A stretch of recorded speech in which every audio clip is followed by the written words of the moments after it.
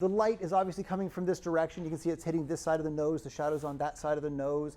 You can see the catch light in the eye here. If you were going to do a bit of lightening in the iris, the colored part of the eye, where would you put that lightening on this image, do you think?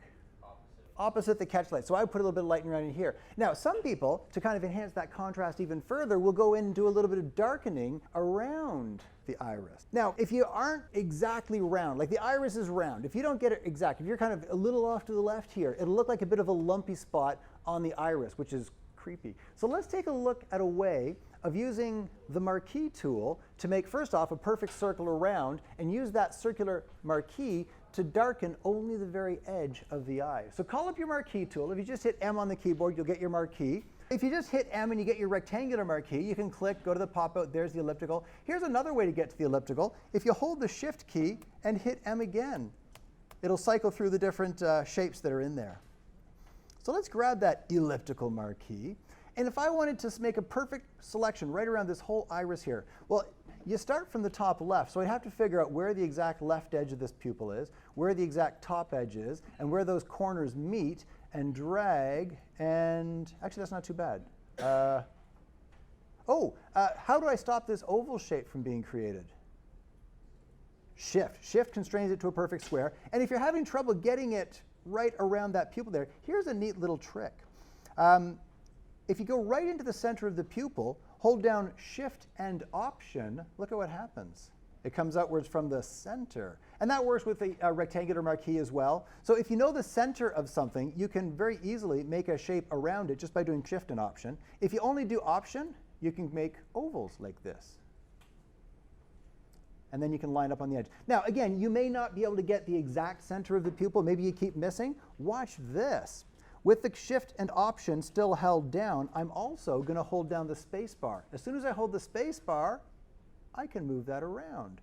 Line it up, let go of space, and I can continue with the sizing of the circle. So space lets you move it around, and then continue sizing, as long as you don't let go of the mouse or Shift or Option.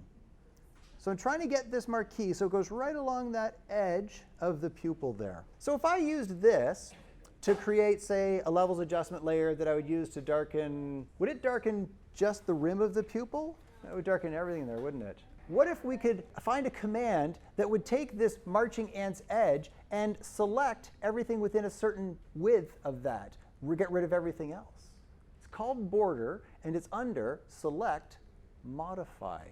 Give that a try. Go under Select, Modify, and you will see something called border. And let's hit it with 10 pixels, and we'll hit OK. Look at that. We used to have this circular selection, a hard edge going around here. Everything on the inside was selected. It took that circular edge and went, OK, well, everything within 5 pixels of that edge, so 10 pixels total, 5 pixels this way, 5 pixels this way, is now selected. Now, that's a fairly hard-edged selection. We want to soften it a little bit. So let's blur it or feather it by 4 pixels. So again, under Select, Modify, Feather. And we'll just hit her with 4 pixels there. Now, whenever you do something that creates a layer mask, whether clicking the new layer mask icon or, remember, adjustment layers always have a layer mask attached to them, that layer mask will be created with whatever active selection is in place. If there's no selection, it just creates a white layer mask. But if there is a selection, it uses that selection. So let's give it a levels or curves, whichever you prefer. So I'm going to go into levels. I'm going to pull that down a bit, and we can darken up that border of the iris. And again, because it's an adjustment layer, we can ease it off. Now, is it perfect? Turn the eyeball off and on. Is it perfect, or did something go a little bit awry? You gotta go into the mask. Because it's a circle we made, it's actually darkening over top of the eyelid there. So we can just grab the layer mask, make sure that those little 4 white corner pieces are around the layer mask, grab a paintbrush, 100%, so hit 0 on the keyboard, and with some black paint, we can paint out those problem areas. Now, it's hard to see all the different areas that it's darkening up above, but we do know that it wouldn't be darkening above this part of the eyelid. It wouldn't be darkening above this part of the eyelid. Then we can just Option click on the layer mask and see exactly where we need to get rid of the rest of it. Makes it easy to see if you've missed anything. There we go. We can lighten and darken as we see fit. Now, this is kind of interesting. My histogram looks stupid. Why do you think that might be? Because there's a layer mask that's only revealing this effect on that little bit of the eye around here, this histogram only represents the different shades and the number of pixels that are in that part of the eye, which is a very low percentage of the overall image, so we end up with this kind of very staccato look on the histogram there. All right. Still needs a little bit something else, though.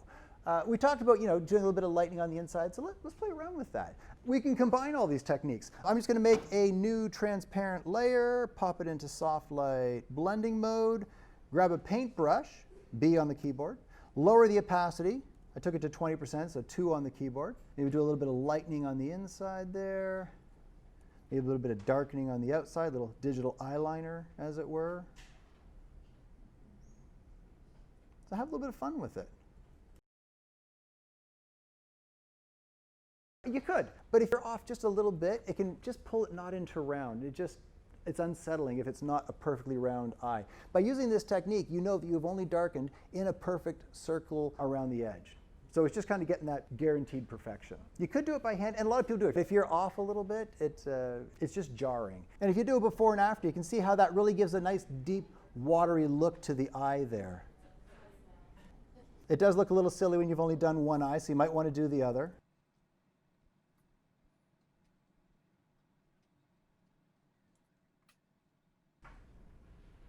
Like I said, these layers are multi-purpose. Like that layer 1 there I used to do the lightening and darkening around the eye. But take a look at this. I did a little more dodging and burning around the image. A little bit of vignetting, a little bit of slimming on the face, a little bit of extra lighting on the hat there, give it a little bit of extra roundness.